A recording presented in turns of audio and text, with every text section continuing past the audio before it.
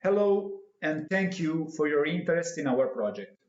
I apologize if my speech will be too rigid or formal, but apart from my imperfect English, even in the round tables in my native language, I realized the need to follow the written text to better describe some aspects of the project during the introduction. Video games and high culture can be defined as a multidisciplinary project with a very wide range of topics in continuous redefinition. On a personal level, this project gave me the opportunity to create a connection between my experiences and my passions in the academic and professional field. In the last 25 years, I have studied and implemented projects in the historical, geopolitical, philosophical, psychological, narrative, financial, and obviously video games fields. What do all these areas of human activity have in common? I believe that everything is linked by the ludic structure of what we call consciousness.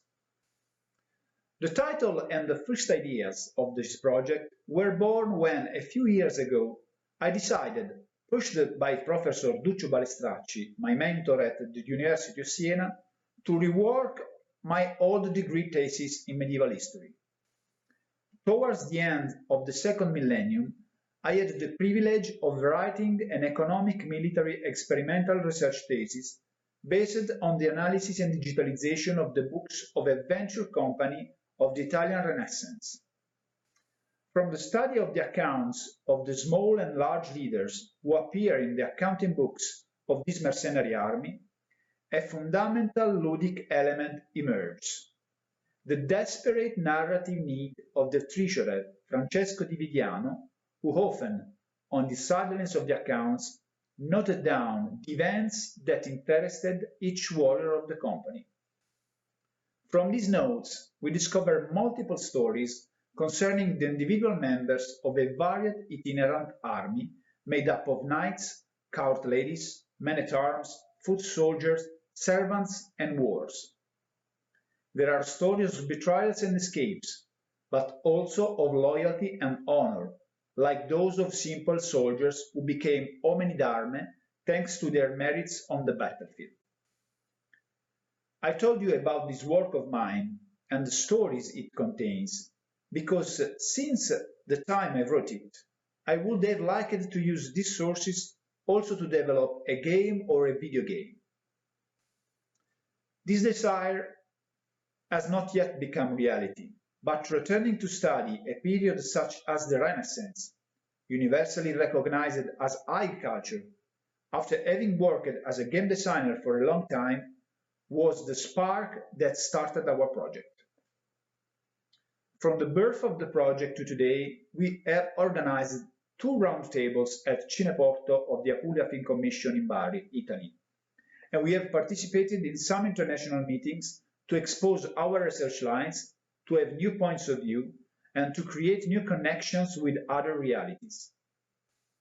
Unlike game studies, which are at the center of our interests, our project cannot be defined as scientific. We have not elaborated a specific method of investigation, but we have used the experience and reflections of scholars of multiple scientific disciplines.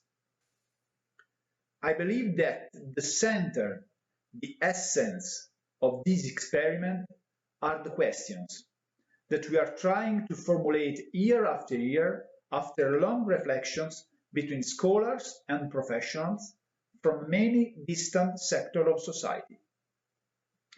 One of the most interesting aspects of our meetings is that everyone does not feel comfortable at the beginning, because no one is asked to talk about his specific area. We believe that highlighting those contradictions, uncertainties, paradoxes is the only way to develop new points of view. Aware, therefore, of this elitist anachronism of high culture, aware that in today's dominant liberal capitalist culture, after the famous fountain of Duchamp, today more than ever, beauty is in the eye of the beholder, We have established that on the basis of our origins, it is necessary to consider the classical Greco-Roman period the basis of high culture. Socrates, Plato, and Aristotle are the main sources of inspiration for this project. It is our desire to base the present and future research on video games and high culture on a dialogic dialogue that is as broad and free as possible. The idea is to give life to a sort of collective meiotic process in which the role of the mentor will be carved by several experts in various fields of human knowledge. Today, we live in an extremely complex world. We live in a social, economic, geopolitical, and technological reality that since the invention of the atomic bomb can no longer resolve its conflicts with a definitive military conflict, unless we incinerate the planet.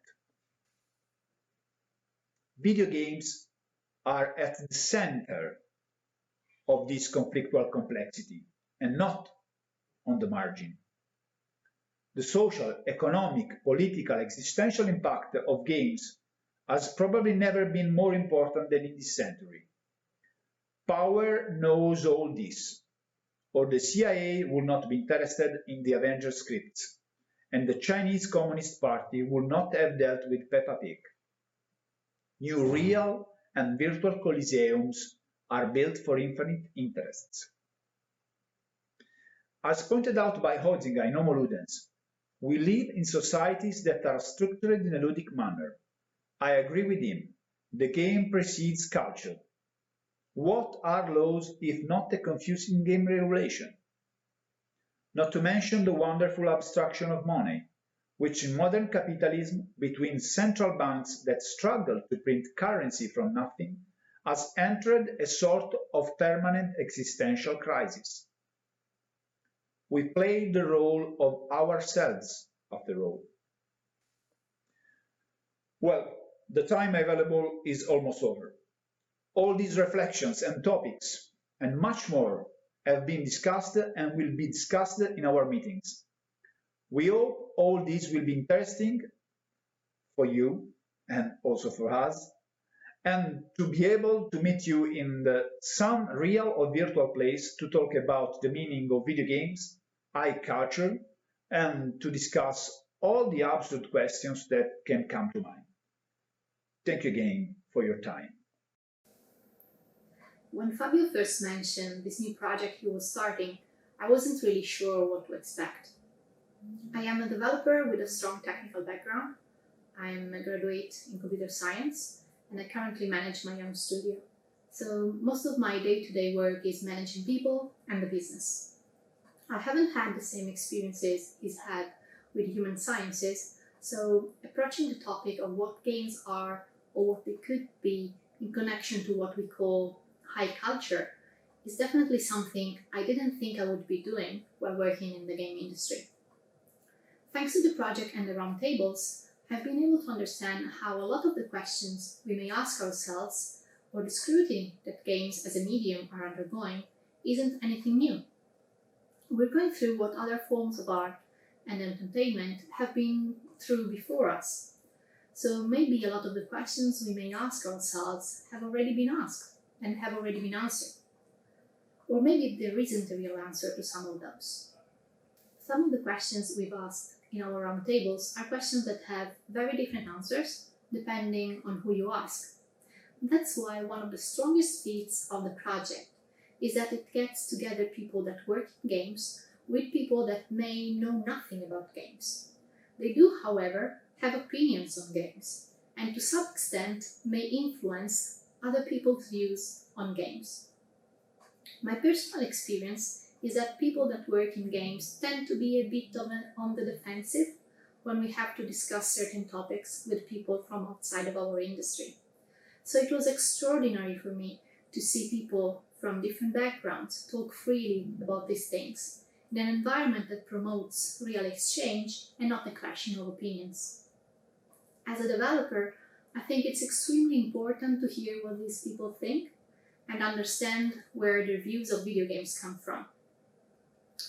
Take as an example the first roundtable we had, video games, education, and high culture. We spent a lot of time discussing whether or not games can be considered art. It's a question that will have a very different answer depending on who you ask. For a lot of game developers, games are art. That's it. Then for other people, they may be, depending on the game. So Detroit may be a work of art, but Angry Birds not so much. Everyone, including the people that don't work in games, agree that at least there is art in games, in the form of storytelling, visuals, cinematics, or music. But they don't necessarily agree on whether a game can be considered art in itself. They try to define art in games by the connection that games have to something else.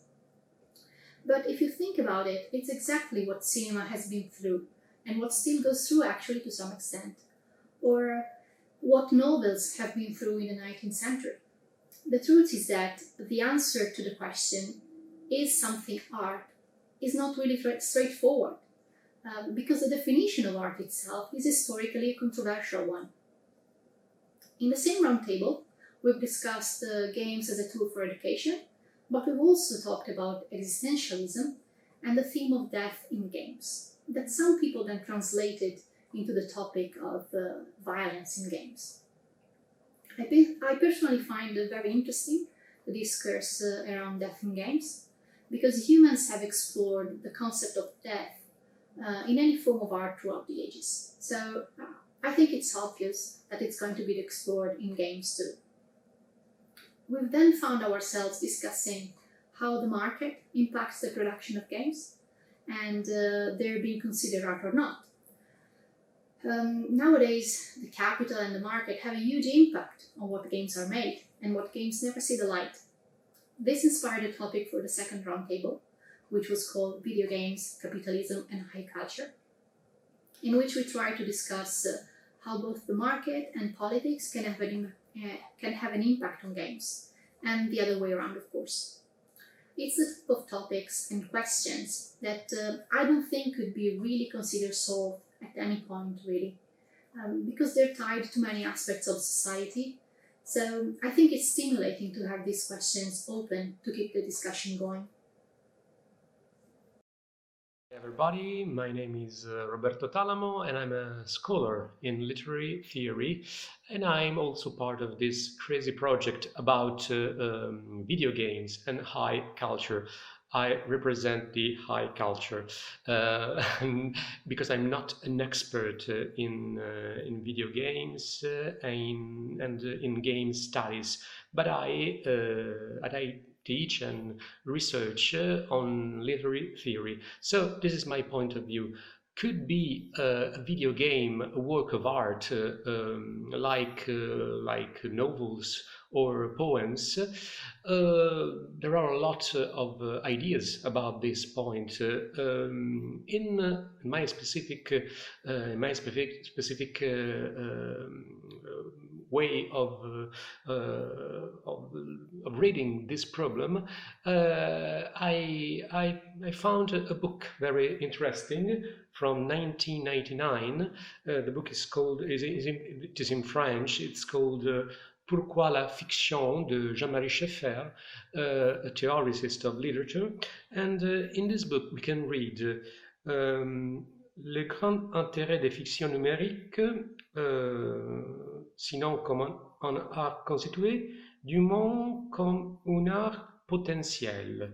So the great interest in video games concerning to the art is not like an art in a normal way, but an art potentiel, a potential art, which means a form of art in which, as Schaeffer says, je m'immerge fictionnellement dans une allosubjectivité agissant. I immerse myself in a character who does something in a fictional way. So this is the point, the Trojan horse if I can say so. The point from which we could start talking about video games as a form of art, as a product of high culture. A video game is a sort of a uh, fictional way of moving, of seeing, of interpreting the world. Is a fictional or a feigned action. This is the point from which I want to start my research in this field. Not an action, a simple action, but a form of fictional or feint. In Italian we could say azione finta o azione debole. It is another way to think about fiction and fictionality. So it could be crazy, but I think it's an interesting way of research. So we can try.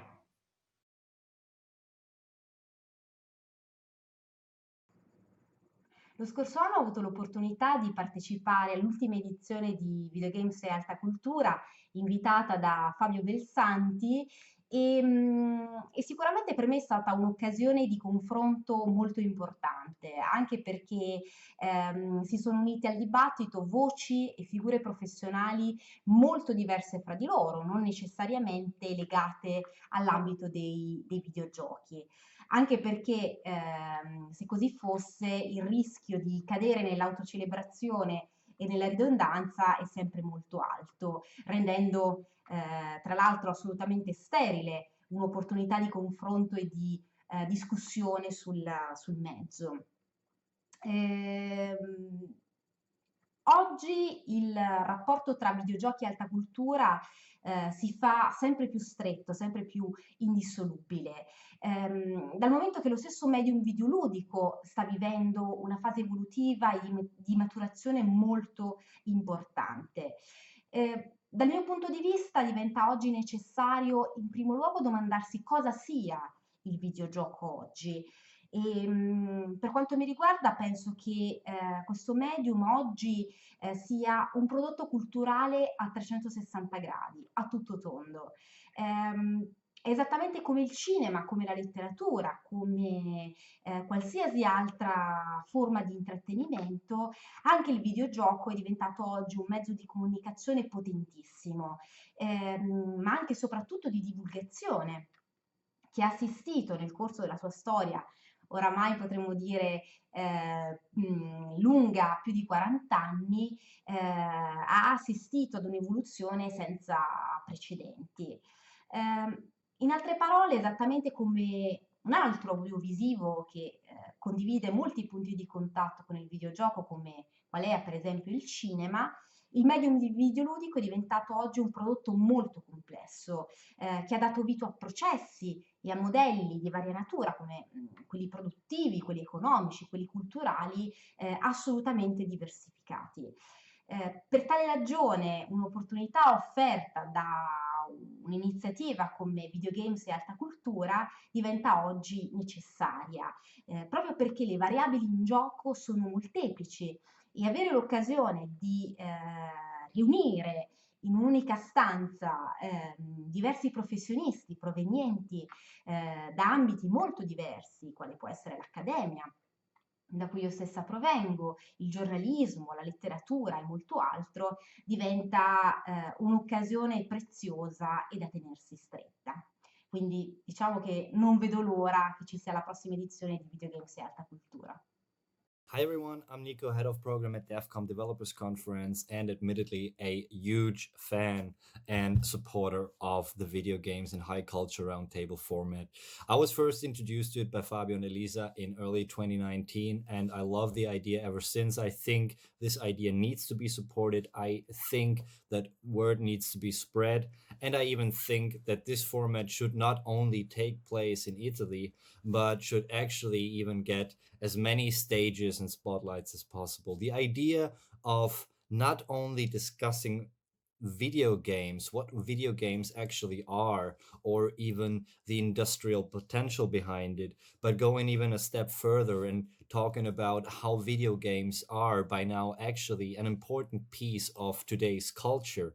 And to not only do that within this games industry bubble, but proactively bringing in people from other branches, from science, from literature, from other global industries that have nothing to do or seemingly have nothing to do with the games industry, bringing in politicians, and to have all of those people at one and the same table and to talk about video games, to talk about high culture, and even other important aspects like capitalism, art, and so on and so on. This discussion is not new, but I like the idea of how the team behind the roundtable actually executes it. And I think this needs to be supported. And if there's any way, be it through DEFCOM or any other means, count me in. I will definitely be on board and do whatever I can to spread the idea, to spread the word, and maybe even get more people to take part in the actual roundtable. Hope to see you again in Bari in person once all this whole lockdown thing is over. Until then, keep up the good work. Happy to be a part of it. Cheers. Ciao a tutti, voglio parlarvi di un argomento apparentemente surreale. Il convegno organizzato a Bari da Fabio Belsanti, Videogames e Alta Cultura. Parebbe un ossimoro, perché cosa può c'entrare l'alta cultura con il mondo dei videogames o viceversa? Beh, ecco, quando sono andato per la prima volta 2 anni fa, devo dire che ero molto perplesso, mi chiedevo ma di cosa avremmo potuto parlare. Dopodiché invece mi sono assolutamente ricreduto, perché è stato bravo l'organizzatore a mettere insieme un'intelligenza vasta, ampia, completa del mondo editoriale, del mondo dei videogame. C'erano sviluppatori, programmatori, ma c'erano anche giornalisti, c'erano scrittori, c'erano editor, e tutto questo mondo è riuscito a raccontarci non solo i videogame, ma quanto la nostra cultura, la nostra società è strettamente intrecciata con discorsi come il videogioco, l'intrattenimento, la possibilità di tutti noi di lasciarci coinvolgere in mondi magari altri, diversi da quelli che abbiamo di fronte tutti i giorni. L'esperienza della conferenza Videogiochi, Capitalismo e Alta Cultura è stata estremamente fruttuosa. Credo che un settore come quello del videogioco affronti un momento in cui è ancora più importante il confronto tra anime diverse, perché ci troviamo di fronte a un'industria che ormai è indiscutibilmente una delle più importanti a livello mondiale, al vertice dell'intrattenimento e dell'industria della cultura, con numeri record.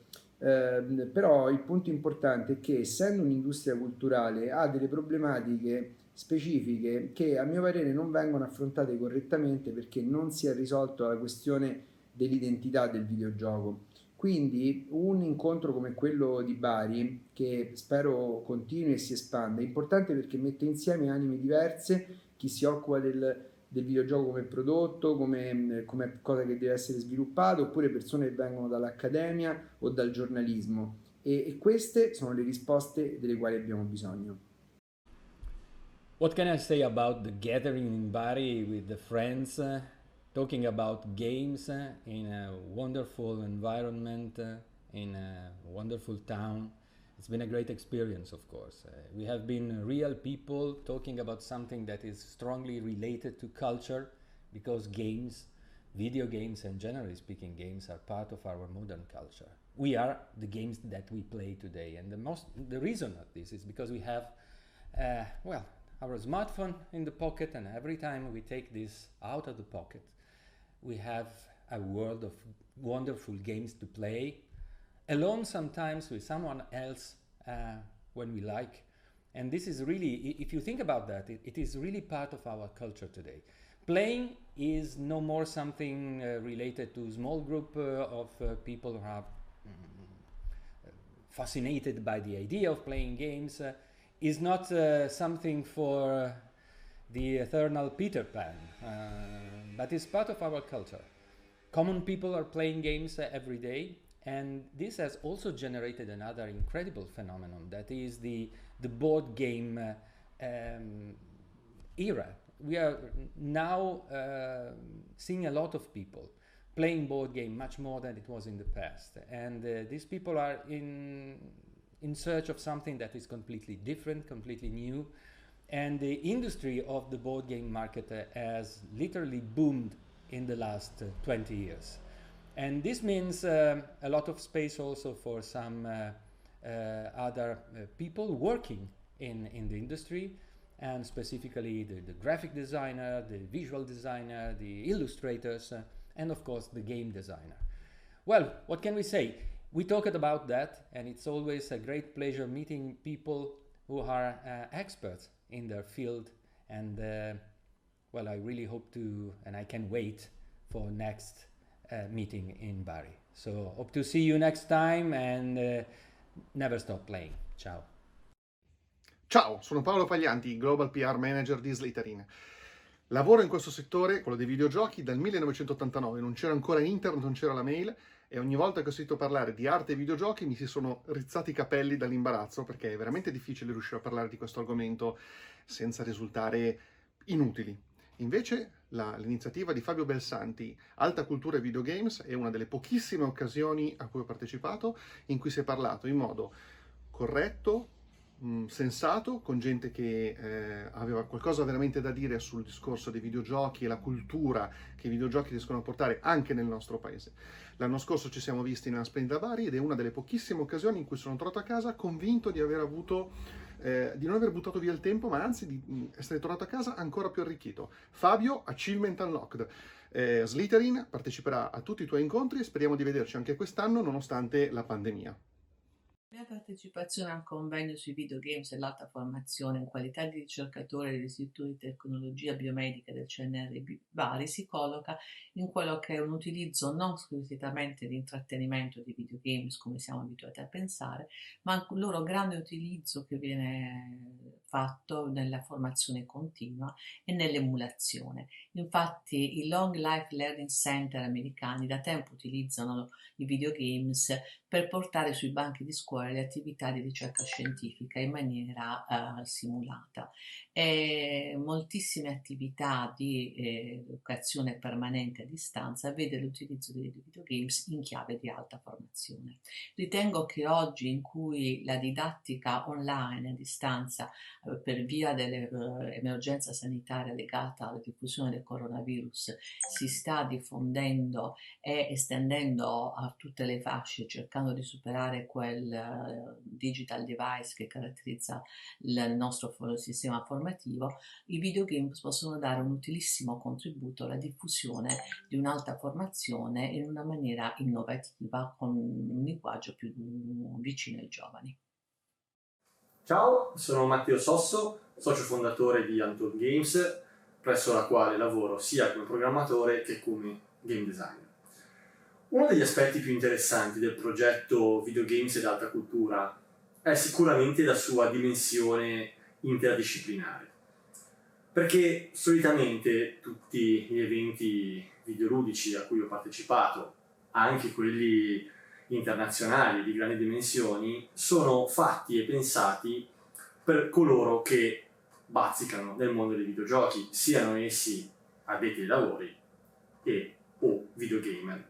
Per quanto mi riguarda, una delle cose più importanti, tenendo conto appunto di quello che è il mio ruolo, quindi qualcosa a metà fra la tecnica e la creatività, è stata scoprire quella che è la visione del nostro mondo da parte di personalità che non hanno a che fare con i videogames ogni giorno e molto probabilmente nemmeno li hanno mai giocati. Parlare di videogames con biologi, scrittori, politici, professori di letteratura è qualcosa di molto interessante che non succede ogni giorno. E oltre ai soliti luoghi comuni riguardanti i videogames, che sono purtroppo ancora molto radicati in coloro che non li conoscono e non ne fruiscono, sono emerse alcune tematiche di sicuro interesse, specie quelle che riguardano in maniera più stretta la natura stessa del gioco da un punto di vista sia storico che filosofico. Sarà sicuramente interessante nei futuri incontri sviscerare ulteriori spunti di riflessione che possono riguardare sia l'argomento di cui ho parlato prima o anche altri argomenti, in quanto spesso è bello essere sorpresi dai pensieri delle persone che non sono nel nostro mondo. Questo, secondo me, può sicuramente aiutarci a migliorare e a rendere più inclusivo quello che è il mondo dei videogames, finora, a mio avviso, compreso veramente da ancora troppe poche persone.